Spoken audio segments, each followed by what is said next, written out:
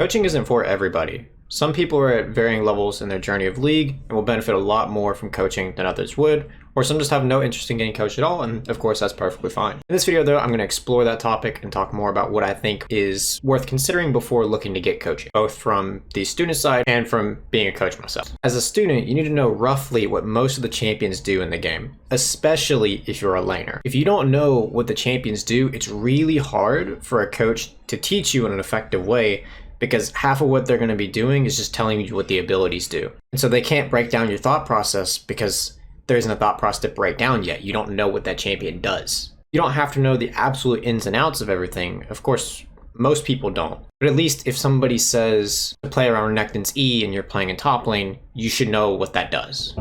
As long as you've played some ranked games, any rank is fine for coaching. Please do not ask for coaching pre-30, but if you are going to look for coaching, definitely make sure you've spent some time getting some ranked games in, actually learning some stuff on your own before you get extra assistance. There's a very common mentality of, oh, I want to start off on the right foot, I want to avoid a bunch of hurdles along the way. It's impossible. It doesn't matter when you get the coach or how prepared you want to be, you're not going to be prepared for solo queue. You just got to go through at the beginning like everybody else.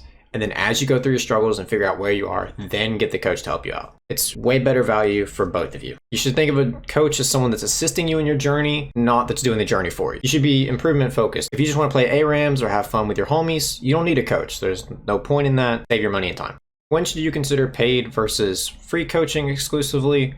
It depends on your IRL circumstances partially. If you have extra money lying around, then of course you're going to be a lot more inclined to do paid coaching than people that have no money or they just really don't like the idea of spending money on coaching. I would not advise doing paid coaching if you're in lower elos because it's pretty easy to find a coach. If you play top and jungle, I can coach you, or you can go to Summoner School, r/League of Legends Discord server. There's plenty of places to get a free coach. It just gets a little bit harder to find quality coaches as you climb, so sometimes it may be better to go the paid route. It's just up to you.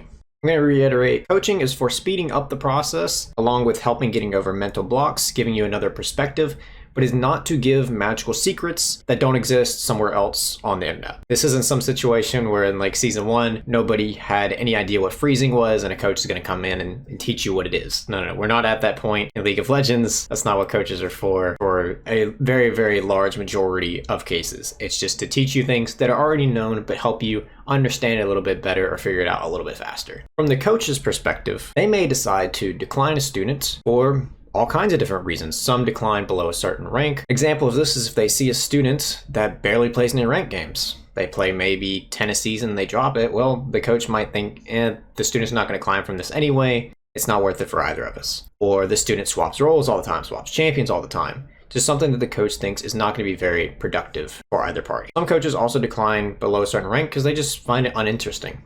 That's obviously a personal basis of if they think just repeating the same information to lower elo players isn't as interesting. Of course, that's up to them. Some coaches decline below a certain rank because they think all the info can be found through YouTube, streams, etc., which I do agree with.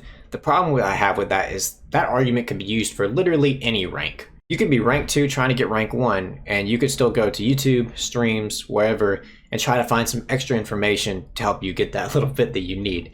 So I think that argument, while I understand what they're getting at, isn't completely valid. I think we need to be more on a case-by-case scenario. There's also Tyler 1's take, or some other people with a similar take, of being at least X rank such as Diamond or High Diamond, Master, whatever, before you consider getting coaching. I don't think that's completely necessary, but typically when they're saying that, they're talking about paid coaching. They're saying don't throw away money that you'd use to pay rent, anything like that, in order to get coaching. Just be reasonable.